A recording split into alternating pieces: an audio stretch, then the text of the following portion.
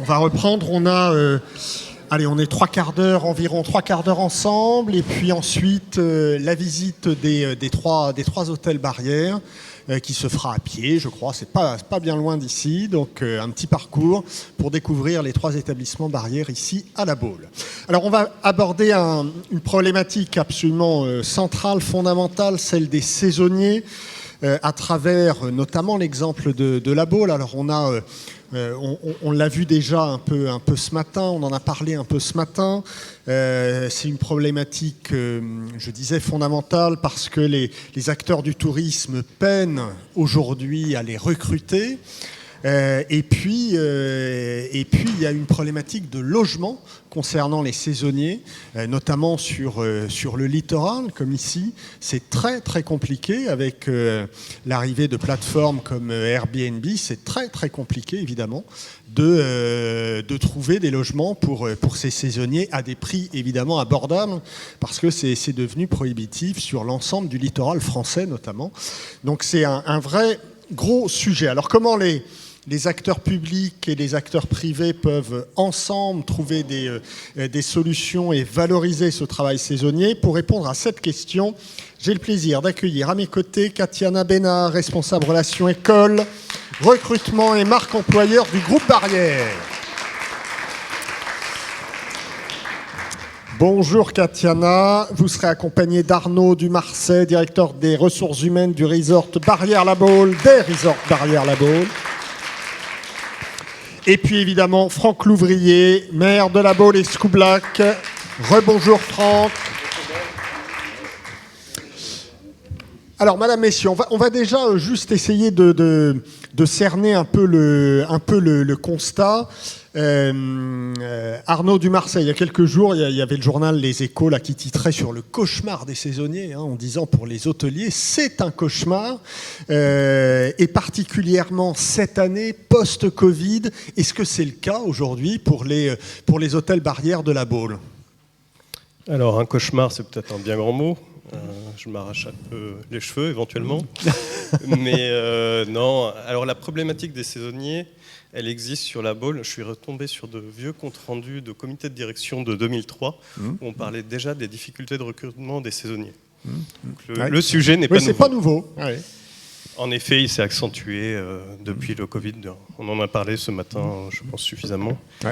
Donc nous sommes en plein dedans avec nos 350 recrutements sur La Baule. 350 recrutements chaque année de saisonniers. Oui, c'est récurrent, 350. Katiana, pour le groupe Barrière, puisque je le rappelle, vous vous exprimez au nom du groupe. Pour le groupe Barrière, c'est combien de saisonniers chaque année? Alors nous, au niveau du groupe Barrière, on recrute 1300 saisonniers tous les ans, donc en France et à l'international. Quand je dis l'international, c'est à Saint-Barthélemy, où on a aussi un hôtel. Donc en tout, sur toutes nos régions françaises plus Saint-Barthélemy, on est à 1300 saisonniers par an, ce qui est un très gros volume de recrutement pour nous. Oui, 1300 saisonniers. Est-ce que aujourd'hui, enfin en tout cas après cette pandémie du Covid, est-ce que c'est un problème qui s'est véritablement accentué pour vous? Pour moi, c'était une bombe à retardement, c'est-à-dire que ces problèmes de recrutement, on les connaît depuis des années. On a beaucoup grandi dans les domaines de l'hôtellerie-restauration. On y est pour beaucoup depuis qu'on est très jeune, et ça a été des problèmes qui se sont accentués d'année en année et qu'on connaissait. Toutefois, bien sûr, la crise Covid n'a fait que déclencher le détonateur, puisque comme on l'a très bien dit ce matin, le fait de se retrouver avec sa famille, d'avoir un temps pour se poser, pour se remettre en question, ça a aussi joué un rôle dans cette pénurie de collaborateurs, mais c'est quelque chose qu'on connaissait déjà avant dans notre secteur, avant cette crise. Là, on est quasiment fin avril, début mai. Katiana, est-ce que les 1300 saisonniers que vous recrutez, que vous devez recruter, vous les avez ou ça va être tendu cet été? On en a 2000. Oui, bien sûr. Non, alors c'est mieux que l'année dernière. C'est mieux que l'année dernière, quand même. C'est mieux que l'année dernière pour l'instant, puisque au niveau du groupe, on a mis beaucoup de choses en place pour accompagner aussi en local nos ressources humaines et nos managers et nos directeurs, mais aussi parce que voilà, on a aussi fait beaucoup de choses pour nos collaborateurs. Donc c'est mieux, mais on n'est pas encore au maximum de de nos effectifs et on espère remplir d'ici le début du gros boom de la saison, remplir vraiment tous les postes d'ici là. Oui, j'imagine, Franck Louvrier, que les acteurs locaux du tourisme vous alertent chaque année depuis assez longtemps et sans doute là encore plus depuis la pandémie du Covid. Oui, c'est vraiment accentué depuis la crise qu'on vient de traverser. Alors, il y a plusieurs raisons à ça, je dirais, parce que c'est pas un seul critère, comme on dit, c'est une entrée à multicritères. D'abord, le fait que on est un territoire qui est de plus en plus attractif, ce qui est une bonne nouvelle. Mais il est vrai que pour que vous ayez quand même une notion des chiffres, le dernier immeuble neuf qui s'est construit face mer, il est à 21 000 € du mètre. Donc, bien évidemment, ça a un effet de halo sur plusieurs dizaines de kilomètres sur toute la presqu'île. Oui. Et donc, le fait c'est qu'il y a une pression foncière tellement forte qu'on se retrouve à avoir très peu de biens. Aujourd'hui, les agences immobilières, elles sont plus en train de recruter des gens pour chasser des biens que pour les vendre. Parce que les vendre, ils les vendent tout de suite. Il y a des listes d'attente. Par contre, pour les trouver, c'est très difficile. Donc, il y a une pression foncière, une pression immobilière qui fait que, en fin de compte, on se retrouve un peu dans une situation comme on aurait pu connaître, qu'on peut connaître en Corse, parce que c'est un statut élien, ou à Lisieux, si on veut prendre cet exemple-là, mais où, en fin de compte, la pression est tellement forte qu'on essaie de faire travailler les locaux, parce qu'au moins, ils ont un hébergement, au-delà de la question de transport, qui est encore un autre enjeu, et c'est pas simple. Donc ça, c'est, je dirais, la première chose. La deuxième critère qui a sans doute accentué, c'est, comme vous le disiez à juste titre, c'est que peut-être que tous ces métiers-là, ceux qui les pratiquaient ont eu le temps de réfléchir, et de se dire, tiens, c'est un travail difficile. Il est vrai qu'un directeur d'école hôtelière m'en a parlé il y a quelques jours, en me disant, quelques semaines maintenant, il me dit, vous savez, je suis déprimé parce que première année de mon école, il y en a certains qui me disent que c'est très bien l'hôtellerie et la restauration, mais ils ne veulent pas travailler le week-end. Bon, donc il y a du chemin à faire. Donc voilà, donc on a tout un phénomène qui est réel, et en fin de compte, c'est troisième point sans doute, c'est que la notion du travail n'est plus la même aujourd'hui qu'il y a quelques années. Oui, clairement. Aujourd'hui, et c'est le fait aussi de notre surpopulation, parce qu'on est attractif, parce qu'on est un lieu où les gens veulent vivre au pays des vacances, comme on dit ici, c'est-à-dire ils privilégient autant la qualité de vie que le niveau de vie. C'est même pire, c'est qu'ils préfèrent parfois privilégier, pire entre guillemets, la qualité de vie à ce qu'ils peuvent gagner. Donc ils se disent, moi je préfère venir vivre à La Baule, je préfère travailler dans un métier qui ne me prend pas le week-end, je veux profiter de ma famille. Donc tout ça fait que ça a bien évidemment amenuit l'offre de façon forte. Alors, quelles sont les réponses qu'on peut apporter? Parce que c'est ça vraiment l'enjeu aujourd'hui, parce que nous, on est des praticiens, donc il faut qu'on essaye d'apporter des réponses. Alors bien sûr, il y a des structures qui existent, c'est ce qui se passe au Sable d'Olonne par exemple, où il y a les lycées l'été qui, notamment, je crois qu'il s'appelle le lycée Tabarly, si ma mémoire est bonne, qui propose d'accueillir des logements saisonniers. Bon, c'est une possibilité. La deuxième possibilité, c'est qu'on construit des logements saisonniers. Mais le problème du construction de logements saisonniers, c'est qu'il faut du foncier. Donc là, on est en construction, pas très loin d'ici, sur un bâtiment qui va accueillir quelques logements. C'est très bien, mais ça ne répond pas à la demande. En tout cas, pas à la forte demande. Parce que la demande, vous l'estimez à combien d'ailleurs ? Je ne sais pas, mais si vous voulez, dès qu'il y en a qui sont disponibles, ils sont pris. Et puis, la difficulté, c'est que le travail saisonnier, c'est pas juillet-août aujourd'hui. C'est en plus, ça c'est très bien aussi, mais c'est ce qu'on appelle les ailes de saison, c'est-à-dire c'est aussi les périodes en dehors de la saison où il est difficile de trouver. Et puis le problème, c'est que s'ils trouvent très loin, il y a le problème du transport qui se pose immédiatement. Dans ces métiers-là, parfois vous rentrez tard. Donc c'est très compliqué, le transport en commun, vous ne pouvez pas. On avait eu une discussion au niveau de l'intercommunalité, on dit on n'a qu'à utiliser les bus et on rallonge les horaires de bus. Ah bah oui, c'est ça, oui. Donc c'est-à-dire que les jeunes serveurs ou serveuses qui sortent d'un restaurant à 1h du matin, on va les envoyer à Saint-Nazaire et après on les lâche sur Saint-Nazaire et puis qui se débrouillent pour rentrer chez eux. C'est pas possible. C'est même pour nous, c'est irresponsable. Donc voilà, donc on a tous cet enjeu-là qui est important. Donc en réponse, on a éventuellement une réflexion, je ne sais pas si elle aboutira, sur utiliser nos zones artisanales. Vous savez que la compétence Jean-Claude Ribaud, qui est ici, connaît bien aussi Cap Atlantique. La compétence de l'intercommunalité, c'est aussi les zones artisanales et les zones d'entreprise. Et de ce fait-là, ces zones-là, il y a du foncier avec des terrains viabilisés. J'ai vu ce qui se passait notamment dans le coin du Havre, où ils prenaient des conteneurs qu'ils installaient en haute saison sur ces zones-là, qui permettaient de loger des saisonniers, puis ils retiraient ces conteneurs, qui sont très bien équipés, qui retiraient ces conteneurs, parce qu'ils les utilisent même pour des étudiants à l'année, qui retiraient ces conteneurs en fin d'été. Voilà, donc il y a des solutions qu'on peut apporter. Et puis, ce que je disais ce matin, moi, je vais transformer mon camping municipal en logement saisonnier. Alors là, parce que le modèle économique sur le camping municipal ne marche plus, et j'ai pris la décision qu'on passera en logement saisonnier. Alors, c'est pas simple, parce qu'il faut trouver, bien évidemment, un prestataire pour le faire. Il faut qu'il y ait aussi un modèle économique. Bref, tout ça. Donc, on est vraiment sous pression. Et la dernière initiative qu'on va prendre, c'est qu'on va mettre en place une plateforme qui va permettre aux gens qui vivent ici. Nous, on va être juste, en fin de compte, on va juste interagir. C'est-à-dire, on va mettre en relation les gens qui cherchent une chambre avec ceux qui ont une chambre disponible. Je pense notamment à des personnes âgées, par exemple, qui parfois ne veulent pas être seules, ont une chambre.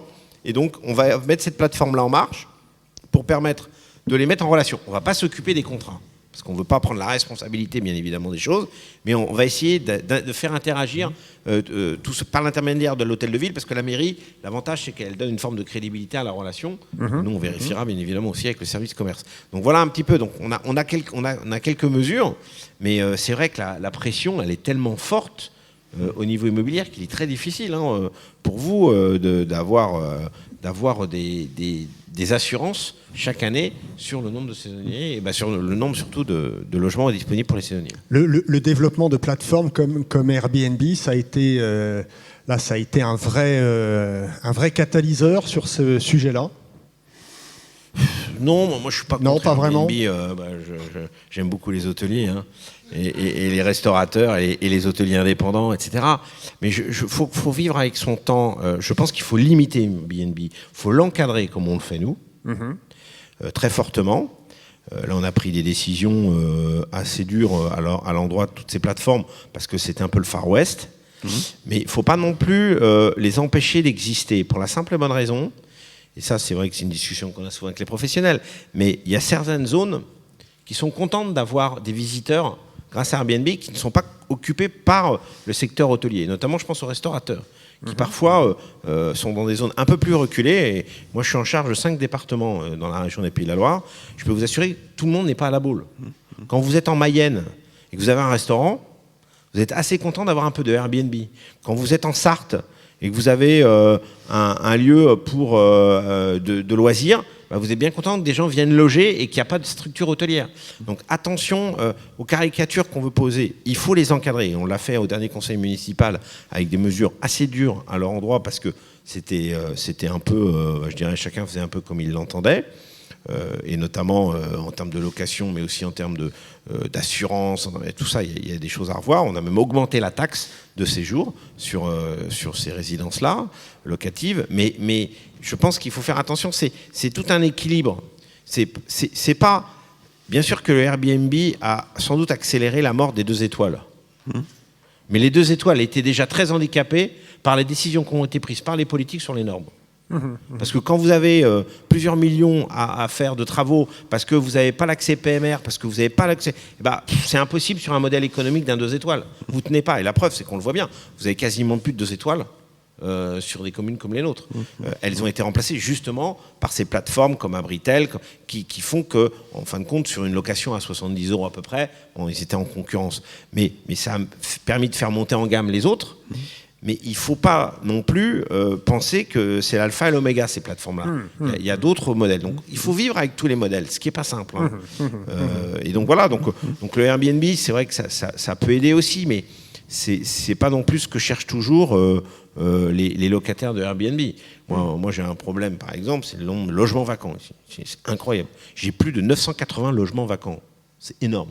Je crois que c'est record de France par rapport au nombre de la population. Donc moi, ce que je fais, pousser ces gens-là à mettre sur le marché du locatif ces logements vacants. Pour le faire, qu'est-ce que j'ai fait ? J'ai augmenté la taxe de séjour sur les Airbnb, Abritel, etc., c'est-à-dire sur les résidences, ce qu'on appelle catégorie 9 pour les professionnels, et j'ai augmenté. Donc du même coup, l'argent que je vais récupérer de cette augmentation de taxes, je vais le consacrer à l'amélioration des travaux à faire sur les logements locatifs, sur les logements vacants, qui permettront d'être passés en locatif. Ce qu'il faut, c'est qu'on ait de plus en plus de logements dans le système locatif. C'est ça un peu l'objectif. Et c'est vrai qu'une ville comme la nôtre, il y a très peu de locations. Les gens gardent, en fin de compte, font de l'investissement patrimonial. Ils font pas, et donc du même coup, ça peut tuer une économie. Parce que l'idée, c'est pas d'être une cité dortoir. On est 63% de résidences secondaires. Mais je ne veux pas non plus condamner les résidences secondaires. Parce que si je taxe les résidences secondaires, je scie la branche sur laquelle on est assis. Nous, notre économie, elle est touristique. Si je taxe les résidences secondaires, ils iront de part. Ils partiront en Espagne, ils partiront au Portugal, voilà, etc. Donc c'est tout un équilibre qui est pas simple. Mais il faut que je pousse surtout à ce que les propriétaires fassent du locatif. Et c'est ça l'enjeu majeur pour permettre justement aux saisonniers, aux gens qui veulent vivre de façon momentanée ici, de pouvoir s'installer. Parce qu'un saisonnier, c'est quand même, pour un locataire, c'est l'idéal. C'est quelqu'un qui travaille, qui a un salaire, qui fait des horaires qui ne permettent pas de faire des soirées tous les soirs, et donc pas de problème de voisinage, etc. Non mais il faut le regarder de façon positive. Arnaud Dumarcet, vous disiez donc 350 saisonniers chaque année sur les établissements resort, oui. Barrières. Comment vous les logez, ces 350 saisonniers aujourd'hui ? Difficilement. Alors nos besoins en logement, pour chiffrer un peu les choses, c'est en pleine saison 150 saisonniers qu'on doit loger tous les ans. Ouais. Donc si on ne les loge pas, clairement, ils ne viennent pas. Donc, là, les autres, ils se logent comment ? Alors, c'est des personnes des locaux qui sont... Oui. Voilà, oui, d'accord. On privilégie, comme disait Monsieur le maire tout à l'heure, bien entendu les collaborateurs locaux, et avec tous les problèmes de mobilité qu'on peut avoir ici. Et voilà, et on loge en propre 150 saisonniers. Alors nous avons des capacités de logement qui montent jusqu'à 120 collaborateurs. On a un petit delta de 30 logements qui nous reste à chercher cette année encore. C'est quoi vos capacités de logement ? Alors, C'est dans vos hôtels ? Non, ce sont des logements qu'on a à côté des hôtels, alors à 3 minutes à pied des hôtels, à 5 minutes de la plage, dans un ancien hôtel 3 étoiles, le Cap d'Aille, pour ceux qui connaissent. Donc vous avez racheté ? On a loué pour une durée de 10 ans sous l'impulsion de Alexandre de Seine-Barrière dans le cadre de la transformation du groupe. Il a souhaité que nos saisonniers soient accueillis dans les meilleures conditions possibles en offrant cet hôtel 3 étoiles qui permet d'accueillir tous les ans une cinquantaine de saisonniers. Oui, donc ça c'est une vraie solution. Pour les 30 restants, vous faites comment ? Eh bien, monsieur le maire disait, je me transforme en agent immobilier à partir du mois de mars et je vais taper à toutes les portes. Oui, voilà, exactement. On essaye de trouver des solutions, mais le retour qu'on a, on fait tous les ans des comptes rendus de saison. On interroge nos saisonniers pour savoir comment la saison s'est passée. Tous les ans, les retours, on a beaucoup appris, c'est très formateur. On a été accueillis avec bienveillance. Et les retours négatifs qu'on peut avoir, c'est ceux qu'on n'a pas pu loger et qui ont dû se loger par leurs propres moyens. Et grosso modo, sur juillet-août, c'est entre 800 et 900 euros par mois qui passent dans le logement. Donc autant vous dire que... 800 et 900 euros. Oui. Oui, au bas mot. Oui, donc autant dire qu'une partie de leur paye y passe. Exactement. Donc là, c'est clairement très déceptif et c'est ce qu'on essaye de gommer par toutes les solutions de logement qu'on essaye de mettre en place. Après, on travaille avec beaucoup d'institutionnels de la région. On accompagne dans la mobilité les personnes qui viennent de loin. On fait beaucoup de choses. Il reste un petit delta de 30 collaborateurs. Ça va tous les ans, alors c'est peut-être lié au Covid et à la crise qu'on vit, ça va tous les ans en s'aggravant. Là, c'est 150, l'an prochain, ce sera vraisemblablement un peu plus, parce qu'on va chercher les collaborateurs de plus en plus loin. Ah oui, d'accord. Donc, voilà. Les 120 là, que vous arrivez à loger, vous avez loué donc un hôtel pour ce faire. C'est une solution qui existe depuis combien de temps, ça ? Alors, je crois que depuis l'ouverture de l'Ermitage dans les années 1920, il y a toujours eu des logements saisonniers à La Baule pour nos collaborateurs. D'accord. Après, l'hôtel, le Cap d'Aïs, c'est depuis fin 2019, début 2020. Ah, et ça, c'est récent quand même. Le Cap d'Aïs, c'est D'accord. récent, Ouais. et on a d'autres logements qui représentent 46 chambres qu'on a depuis des années et des années. On a toujours logé nos collaborateurs d'une façon ou d'une autre. Parce que c'est voilà, sur 350 collaborateurs que vous recrutez tous les ans, vous êtes obligé d'en loger une bonne partie sur La Baule. Franck Louvrier. C'est un problème qui n'est pas uniquement lié aux saisonniers. En fin de compte, c'est un problème d'un territoire qui est très attractif. Alors, je vais vous dire, c'est sûr qu'on serait en Lozère, on n'aurait pas le même sujet, mais le problème, c'est que c'est moins attractif. Moi, je le vois, même pour recruter un cadre ou un agent dans la ville de La Baule, nous, on a 350 agents, près de 400 avec le CCAS. Je peux vous assurer que même recruter une directrice générale des services, c'est pas simple si vous n'avez pas de logement de fonction. Alors nous, on a la chance. J'ai mon antéprédécesseur qui avait eu le flair, à l'époque, Olivier Guichard, avait acheté plusieurs maisons, ou résidents, ou appartements, et qui nous permet de pouvoir loger des fonctionnaires, bien évidemment. Alors pas gratuitement, parce que maintenant, il faut les réintégrer dans leur cours, mais au moins, on a des logements disponibles. Mais par exemple, une directrice, moi j'ai changé mon directeur général des services, directrice générale des services, si elle n'avait pas eu de logement, elle ne serait pas venue. C'était impossible ici. Donc on a l'enjeu des saisonniers qui est majeur, mais on a tout l'enjeu derrière de tous ceux qui sont au service de la population, qui n'ont pas des salaires très, très hauts et qui ne peuvent pas répondre à cette situation qui est très particulière. Alors, en plus, on a un autre sujet, c'est qu'on est condamné par l'État tous les ans parce qu'on n'a pas assez de logements sociaux. Le problème, c'est que, comme je le dis toujours, à moins de faire des polders sur la mer et de construire des immeubles au large de La Baule, je ne vois pas où est-ce qu'on peut construire. Nous, on est contraints entre l'océan Atlantique, les marais salants de Guérande, le parc naturel régional de Brière, les zones agricoles et le littoral. Donc c'est impossible, je veux dire. Et je ne veux pas faire une ville sur la ville. Parce que ça pourrait être ma théorie, de dire voilà, on va faire une ville sur la ville, on va reconstruire par-dessus, et puis on y va. Et on va faire du R+10 au lieu de faire du R+8, etc. Moi, il n'en est pas question.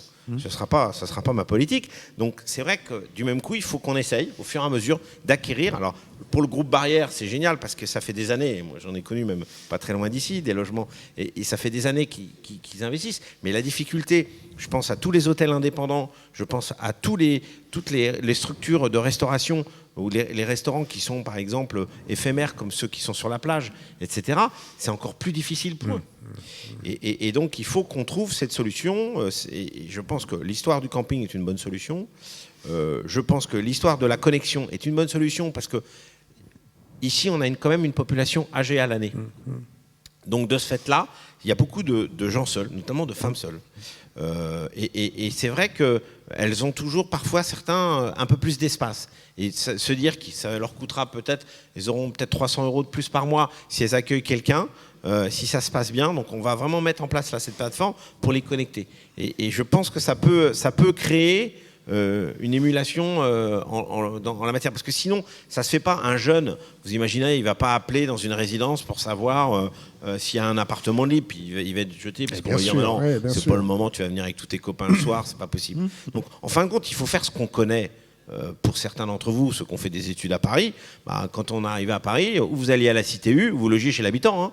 Et puis vous alliez parfois chez des personnes âgées qui étaient très contents d'avoir une chambre en plus et puis vous aviez. Bon voilà, je crois qu'il faut qu'on essaye de mettre en place ce type de méthode pour permettre justement de remplir au maximum pour des logements saisonniers. C'est à mon avis de bonnes méthodes de travail. Arnaud, vous vouliez ajouter quelque chose ? Non, mais dans le même esprit, à une époque, alors c'était juste avant le Covid, on avait réfléchi à une possibilité, c'était de proposer aux collaborateurs permanents d'accueillir des saisonniers chez eux, moyennant prime ou quoi que ce soit. Bon, avec la Covid, ça a un peu mis le sujet entre parenthèses, mais voilà, c'est les sujets qui étaient évoqués. Et pour vous donner un ordre d'idée, l'investissement qu'on réalise tous les ans pour le logement, ça représente plus de 200 000 €. Plus de 200 000 € Par an. Par an. Pour héberger les saisonniers. Oui. D'accord. Katiana, est-ce qu'au niveau du groupe Barrière, vous avez des initiatives identiques à celles de Barrière La Baule, qui est de louer un hôtel pour ces saisonniers ? Est-ce que dans les autres établissements Barrière aussi, il y a de telles initiatives qui ont cours ? Sur la question des logements, en général, c'est plutôt traité au niveau du local. En effet, c'est une question qui se pose partout. La seule région qui est un peu moins impactée, ça va être le sud-est, donc de nos établissements à Cannes, puisque la ligne de transport et le réseau de collaborateurs est plus dense. Donc, ils arrivent quand même à recruter leurs saisonniers sans avoir vraiment cette urgence du logement. Toutefois, la problématique d'Arnaud, forcément, se retrouve dans d'autres régions. Il y a des régions où on a pareil beaucoup de logements saisonniers comme Deauville et Trouville qui accueillent beaucoup de collaborateurs et qui ont des beaux logements saisonniers.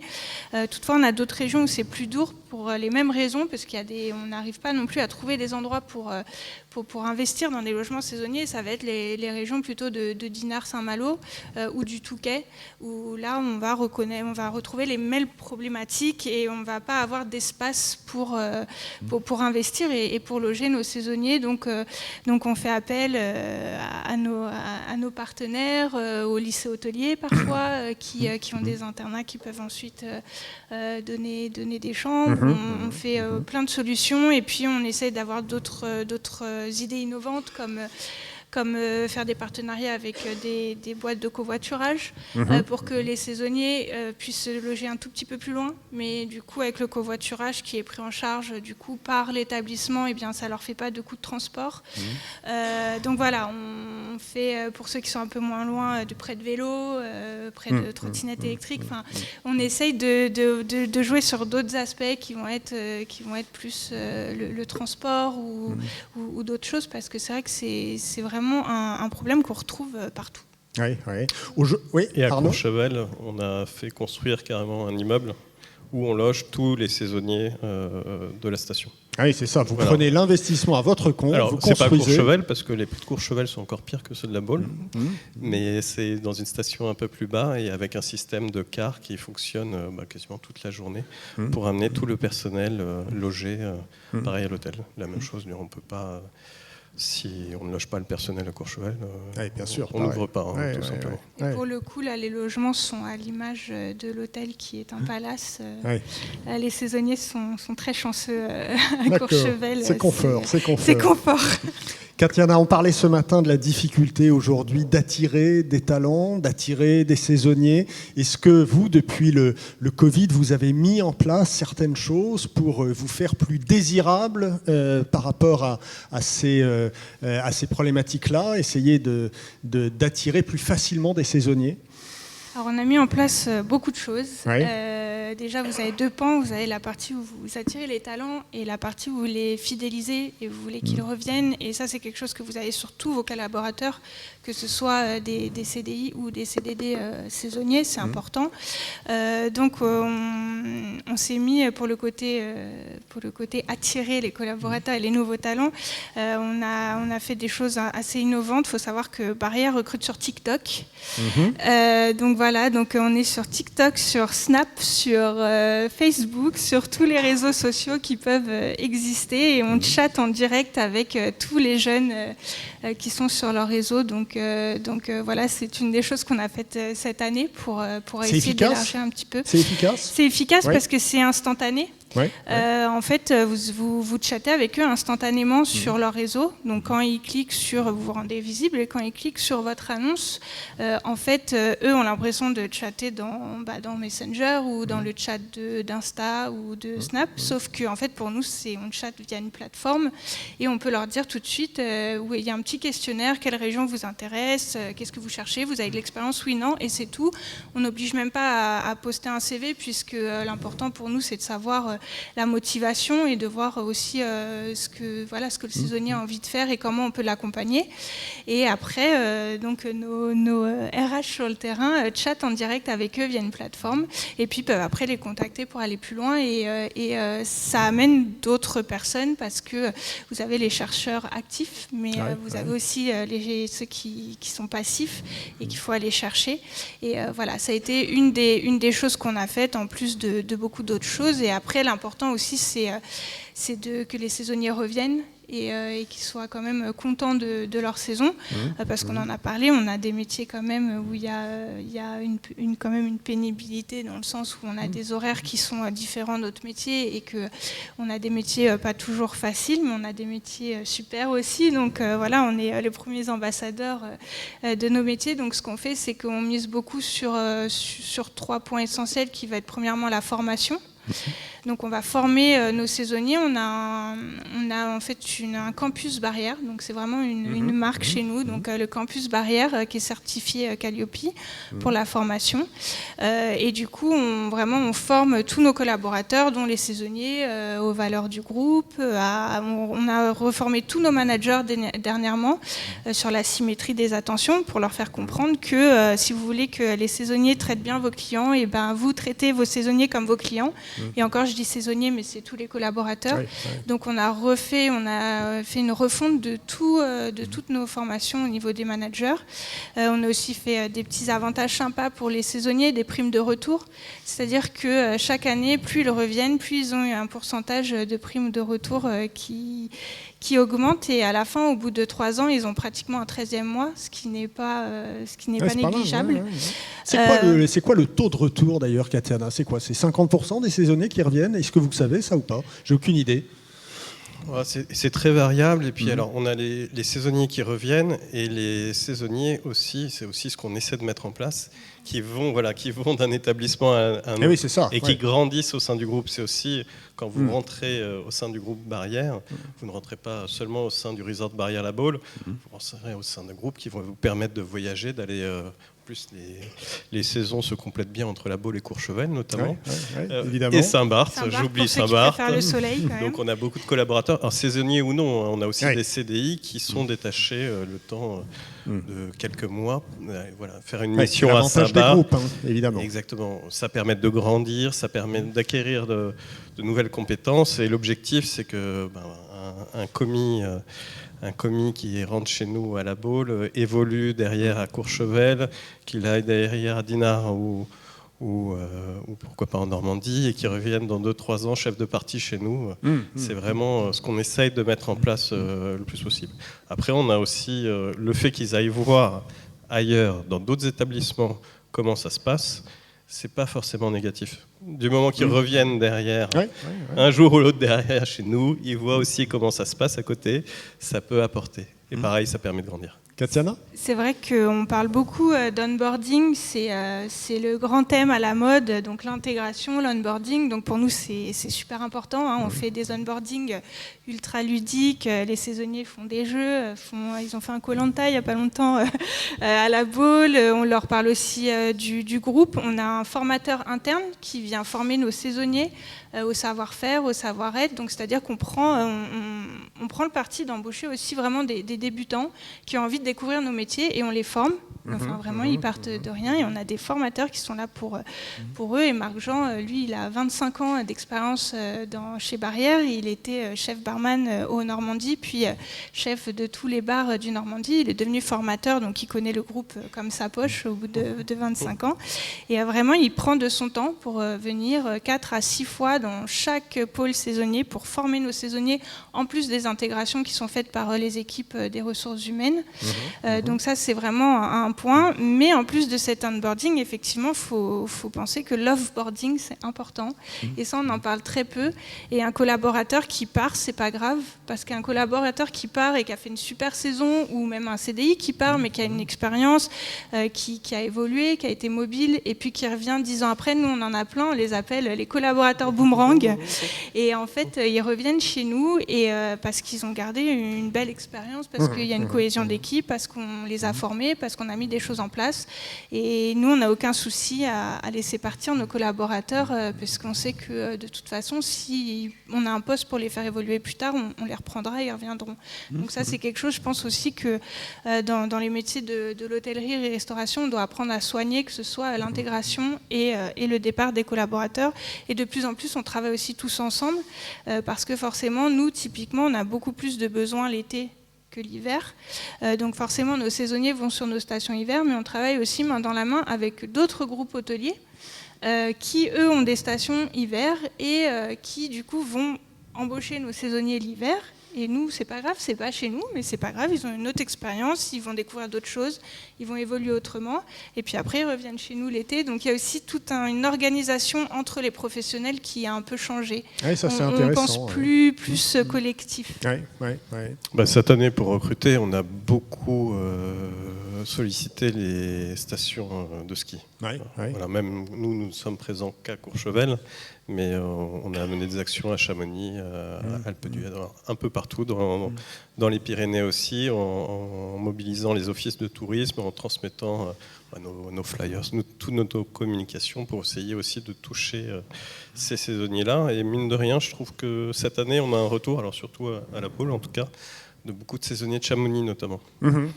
J'y suis allé faire du ski, donc j'ai laissé beaucoup de flyers un peu partout et des cartes de visite.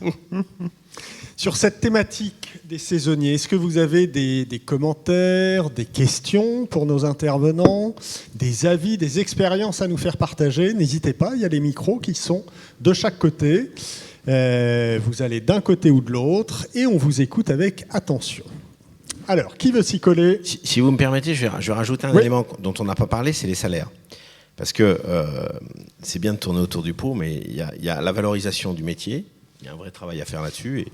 Et au niveau de la région, on va y travailler en matière de formation notamment.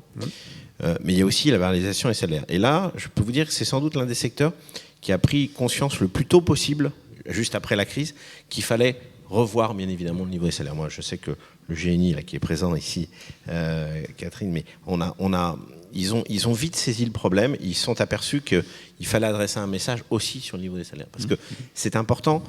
Ça peut pas être. C'est un secteur où vous le disiez à juste titre, qui est difficile parce que voilà, c'est des horaires décalés. Il y a quand même une présentation dans une bonne partie des métiers qui est importante, etc. Et ils ont vite compris l'enjeu salarial, qui, il est vrai, est un enjeu important. Il ne faut pas se leurrer. Lorsque vous avez près de 200 000 personnes qui s'en vont dans un secteur comme l'hôtellerie, la restauration, en un an et demi, ça prouve bien qu'il n'y a pas uniquement le problème saisonnier, il n'y a pas uniquement le problème de l'image du métier, il y a aussi le problème du salaire. Et ça, moi je tiens vraiment à saluer les professionnels parce qu'ils ont vite saisi l'enjeu. Alors, tout le monde ne s'est pas aligné par rapport à tout ce qui a été décidé, mais au moins ça a été évoqué. C'est pas dans toutes les filières économiques pareil, parce que moi je suis vice-président du développement économique à la région, donc j'ai toutes les filières sous les yeux maintenant, j'ai pas que le tourisme, et je peux vous assurer que toutes n'ont pas fait cet effort-là. Pour rebondir sur ce que vient de dire Monsieur le maire, en plus de tout ce qui a été mis en place par la branche, le groupe a décidé de mettre en place au niveau salarial aussi pas mal de choses. Alors Katiana en parlait tout à l'heure, pour les saisonniers, ces fameuses prismes, quasiment 13e mois saisonnier. On a un 13e mois pour nos CDI qui existent déjà. On a mis en place la majoration des heures de nuit à partir de 21h ou 22h, ça dépend des établissements. On a mis en place un système de paiement des heures sup au trimestre. On a des week-ends garantis. Tout ça a évolué très très vite en effet après la crise. Et le groupe s'en est saisi à bras-le-corps. Donc c'est sur l'ensemble des établissements du groupe Barrière, ces dispositifs ont été mis en place. Katiana ? Et on a aussi misé sur les jeunes générations parce qu'on sait que ça a été dur pour eux pendant la période Covid. Du coup, on a mis en place aussi beaucoup de choses pour les stagiaires et les alternants, c'est-à-dire que des stagiaires chez nous sont payés au niveau par rapport à leur diplôme, donc comme des alternants. Et les alternants sont payés 10% de plus que ce qu'ils doivent être payés sur la grille minimale. Donc on a fait attention à ce qu'eux aussi aient une qualité de vie qui soit en rapport avec ce qu'on leur demande et avec nos métiers. Donc en plus de ça, on met des événements en place en local pour eux avec des soirées alternants, des choses voilà, un peu plus sympas, mais ça c'est sur du tous les jours. Mais on a fait aussi un pas en avant pour eux et pour leur qualité de vie et leur pouvoir d'achat en tant qu'étudiants. Une question, un commentaire, allez-y. Ah, je voyais quelqu'un qui se levait. Non, qui ne se lève plus. Non, personne. Si, madame. Alors, ce qu'il faut, c'est aller au micro. Et oui, parce que pour des raisons de protocole sanitaire, on ne distribue pas les micros. Donc voilà, c'est pour ça. On vous écoute. Je suis obligé de descendre le micro quand même. Parce que... On vous entend très bien, ne vous inquiétez pas. Très bien, alors. Merci, excusez-moi, j'ai touché. Oui, Mireille Evenot, pour Adélis, qui est un gestionnaire de foyers de jeunes travailleurs. Sur la question du logement, évidemment, ça ne peut pas être sur un autre sujet, c'est là où j'ai les meilleures compétences, enfin, où je peux avoir un apport. Ce matin, j'étais à une réunion avec les élus de l'île de Noirmoutier sur leur politique locale de l'habitat, et donc vous imaginez bien qu'en fait, on était notamment sur des problématiques de même nature, et les élus mettaient en exergue, en fait, les tensions très fortes. Tensions, ça ne veut pas dire... il n'y a pas d'aspect négatif, mais la tension très forte entre ce que vous évoquiez, monsieur le maire, le parc de résidence principale et le parc de résidence secondaire. Donc cette très forte tension autour de ces deux aspects. La très forte tension aussi pour ce qui concerne le locatif, entre le locatif de vacances, parce que ce sont dans les mêmes logements qu'on est susceptible d'accueillir, le locatif saisonnier et le locatif social, on va dire, même je ne parle pas de logement HLM, mais de logement social. Et donc cette difficulté à trouver le juste équilibre dont parlait monsieur le maire tout à l'heure entre ces différentes dimensions, avec du coup des politiques locales de l'habitat qui essayaient de jouer sur l'ensemble de ces différents aspects pour trouver des solutions. Il me semble qu'il serait utile d'ailleurs de pouvoir peut-être à l'échelle de la région un peu capitaliser sur l'ensemble des solutions qui ont été trouvées, leurs avantages et inconvénients, puisque les problématiques qui sont évoquées là sur les saisonniers sont évoquées sur l'ensemble des communes du littoral, et que je pense que s'il y avait une évaluation un peu fine sur les avantages et inconvénients des différentes solutions, ça serait intéressant. Sur un autre commentaire, sur Pornic, ils ont développé une forte nombre de logements chez l'habitant qui étaient précédemment géré par la collectivité, qui demain sera géré par Adélis, avec ce souci de mise en relation que vous évoquiez, monsieur le maire, et puis aussi de labellisation un peu des logements pour ne pas finalement se mettre en difficulté majeure, parce qu'on proposerait des logements qui n'auraient pas le minimum de confort pour accueillir les saisonniers. Et puis enfin, pour terminer, dire que dans les foyers de jeunes travailleurs, donc les habitations habitat jeunes, dans les habitats habitat jeunes, on peut avoir aussi pas la totalité évidemment, mais un certain nombre de logements qui peuvent être attribués pour des saisonniers, si tant est qu'on organise effectivement les choses de manière à ce que, là aussi, ça respecte bien la volonté des foyers de jeunes travailleurs, certes de faire du temporaire, mais aussi d'accueillir d'autres types de populations jeunes dans ces établissements-là. Donc cette préoccupation de jouer en fait de la dentelle, c'est bien ça dont il s'agit, et d'additionner des solutions qui, à une prise individuellement, n'auraient pas aucune portée, mais qui, au final, permettent de faire sous l'égide des politiques locales de l'habitat. Voilà, c'était mon témoignage. Merci beaucoup, madame. Qui veut prendre la parole? Jean-Baptiste Tréboul. Oui, j'avais une question pour Katiana Bénard. Dans votre intitulé de poste, là, il y a les relations école-recrutement. Donc, je voulais savoir quelle politique vous avez vis-à-vis justement des écoles, tourisme, hôtellerie. Qu'est-ce que vous mettez en place? J'ai une deuxième petite question qui est plus dans vos équipes en termes de management. On voit bien que vous êtes obligé d'être beaucoup plus créatif, de faire beaucoup plus d'efforts. La question, c'est est-ce que c'est dur, est-ce que c'est difficile, est-ce que vous arrivez aussi, vous, à rester motivé avec vos collaborateurs pour en faire toujours plus, ou est-ce que vous en avez un peu marre finalement? Alors, j'aurais pas le droit de dire ça parce que je représente la marque employeur. Mais non, alors déjà, pour la première question sur les relations écoles, effectivement, on travaille avec beaucoup d'écoles. Il y a des écoles, bien sûr, qui sont sur lesquelles on travaille au niveau groupe, puisque c'est des écoles qui sont nationalement répandues et connues. Mais aussi en local, en fait, tous nos RH en local ont des partenariats vraiment forts avec toutes les écoles.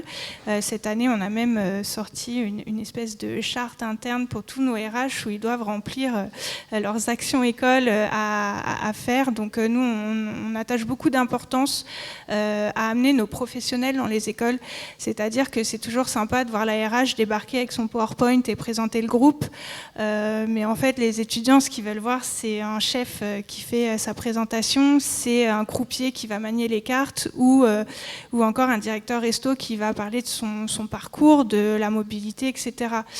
Donc nous, déjà, la première chose qu'on fait, c'est quand on se déplace, on amène un professionnel avec nous. Et ça change beaucoup de choses.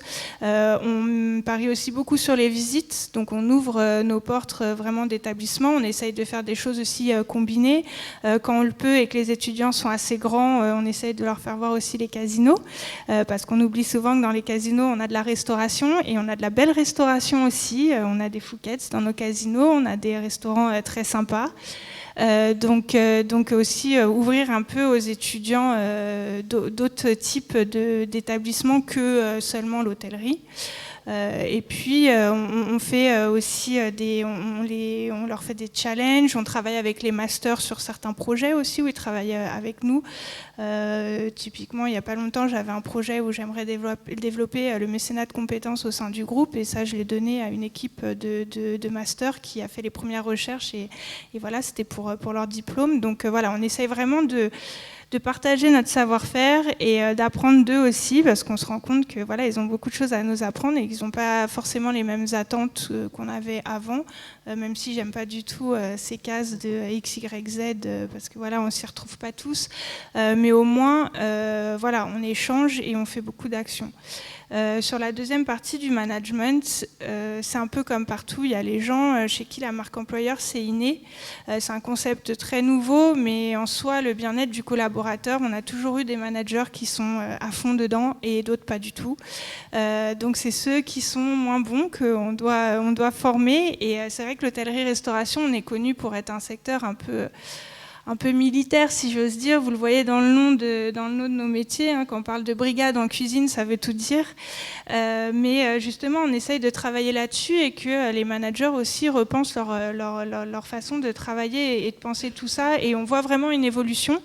Maintenant, là, toute la refonte qu'on a fait sur la partie managériale, en fait, on a vraiment un label, donc ils passent vraiment des vraies formations avec notre centre Campus Barrière, et ils ont un certificat de leader barrière, c'est-à-dire que là, ils sont tamponnés comme bons leaders, et ils ont bien suivi les formations, et il y a du présentiel, du distanciel. Donc c'est important pour nous de suivre ça. Et on a aussi une plateforme d'engagement. Donc nous, on ne fait pas un baromètre une fois par an qu'on laisse de côté et qu'on ne lit jamais pour savoir que nos collaborateurs ne sont pas contents. On envoie des sondages, des petits sondages de 4-5 questions sur un thème précis tous les mois. Et en fait, chaque sondage est lu, on a des milliers de commentaires, et nous, au niveau du groupe, on établit des plans d'action après chaque sondage par rapport à ce qu'ont demandé les collaborateurs, et en local, tout le monde fait la même chose. Et donc grâce à ça aussi, les managers ont pu lire, parce que c'est anonyme. Donc du coup, là, les gens peuvent vraiment dire ce qu'ils ont envie de dire. Et ça nous a permis, d'une part, de mettre en place beaucoup de choses. Et dans un second temps, ça a permis aux managers de vraiment réaliser les endroits qui pêchent chez eux en local, parce qu'on a tendance à dire que tout vient du groupe, mais non, tout ne vient pas du groupe. Et parfois, les managers ont pu se remettre en question et ont pu développer beaucoup de choses aussi en local pour répondre à des attentes de collaborateurs. Et ça, c'est important. Donc voilà, donc c'est un travail qui est long, ça ne va pas se faire tout de suite, on a encore beaucoup de choses à mettre en place. On sait qu'on n'est pas un secteur ultra tech, on n'est pas Google, on n'est pas... Voilà.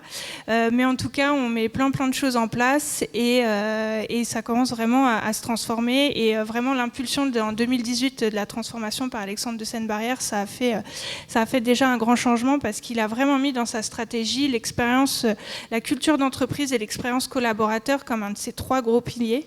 Et une fois que c'est dans le pilier de la stratégie, que c'est écrit noir sur blanc, c'est là où vous voyez qu'on peut faire bouger les choses, et nous on le ressent depuis 4 ans maintenant. Autre chose ? Non ? Bon, eh bien écoutez, oui, il faut qu'on y aille. Je vois Sophie qui me dit l'heure passe, bah oui. Et on va refermer cette table ronde. Madame, messieurs, un grand merci. Merci à vous 3.